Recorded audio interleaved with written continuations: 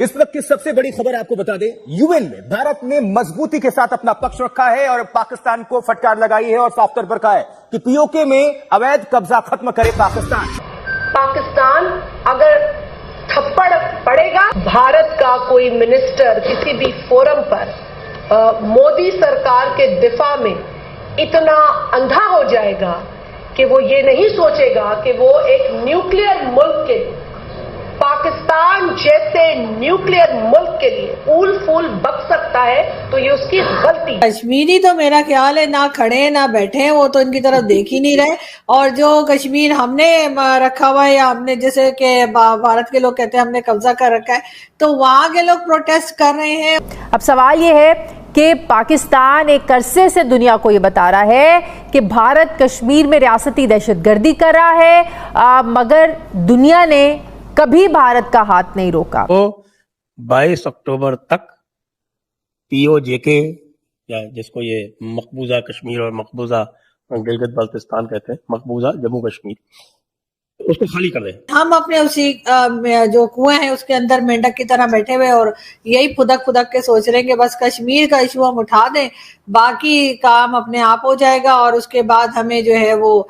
لوگ ظاہر ہمارے ساتھ، جو ہماری پبلک ہے وہ ہمارے ساتھ ہو جائے گی کہ ہاں جی ہاں کشمیر کے لوگوں پہ بڑا ظلم ہو رہا ہے، جبکہ اب ہوا یہ ہے کہ کشمیر کے بارے میں بہت سی چیزیں لوگوں کو پتہ لگ گئی ہیں، انہیں معلوم ہے کہ 76 years of this country we have fought wars, we remained engaged in wars, we fought proxy wars, we remained proxy for decades. 1948, 65, 71, Cold War, war against terrorism,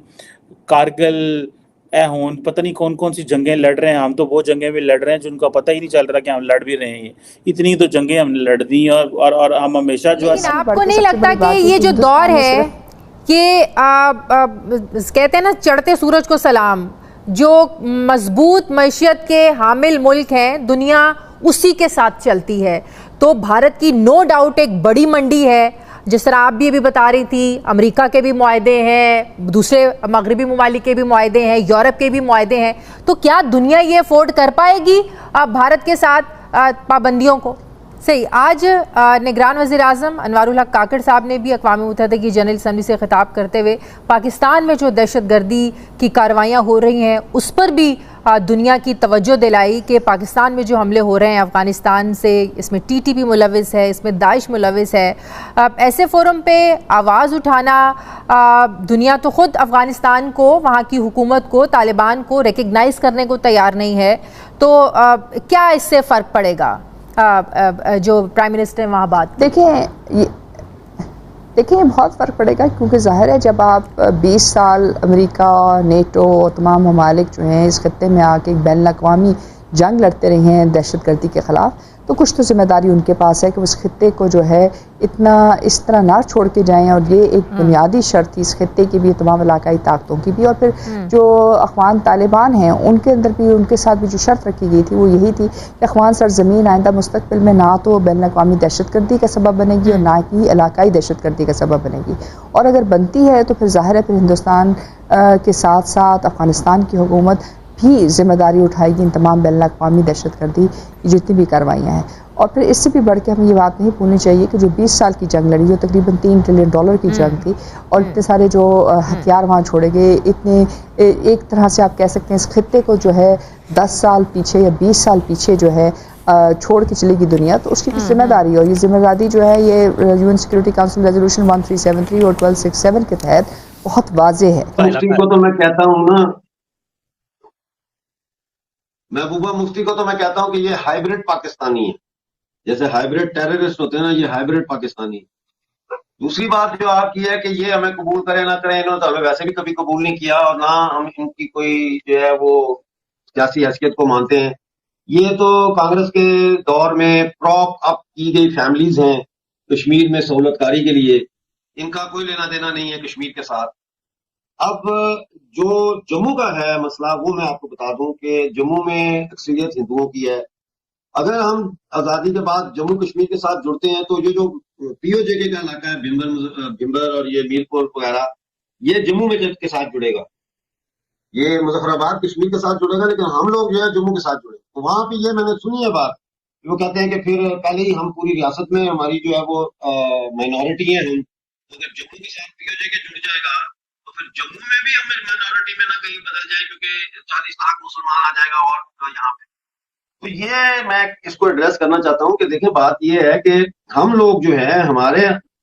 میں اور وادی کے جو کشمیری لوگ ہیں ان میں آسمان اور زمین کا فرق.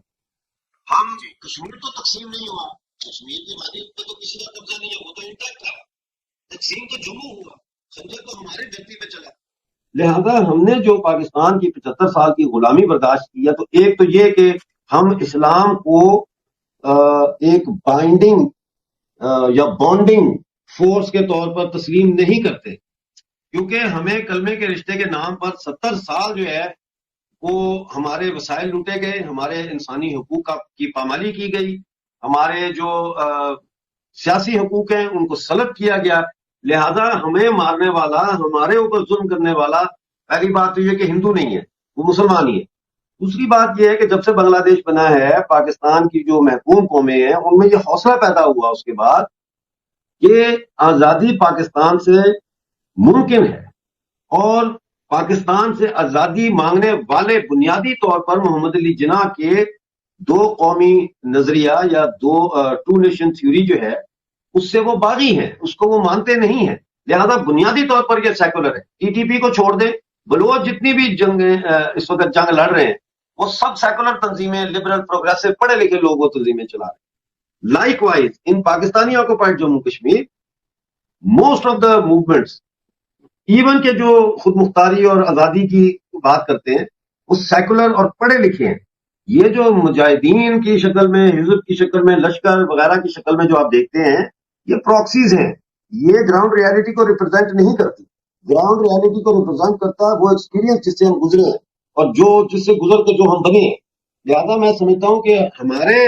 جموں کشمیر میں جڑنے سے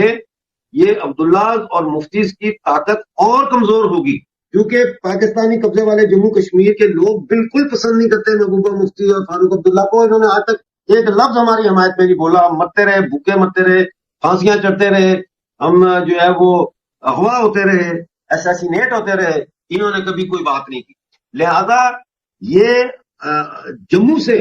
تو یہ کبھی بھی الیکشن نہیں جیت سکتے اگر ہم آ جائیں تو ساتھ جموں کے، کیونکہ ہندو کا ووٹ، سکھ کا ووٹ اور پی او جے کے مسلمانوں کا ووٹ ایک ہی جگہ پہ جائے گا، اور وہ اس جگہ پہ نہیں جائے گا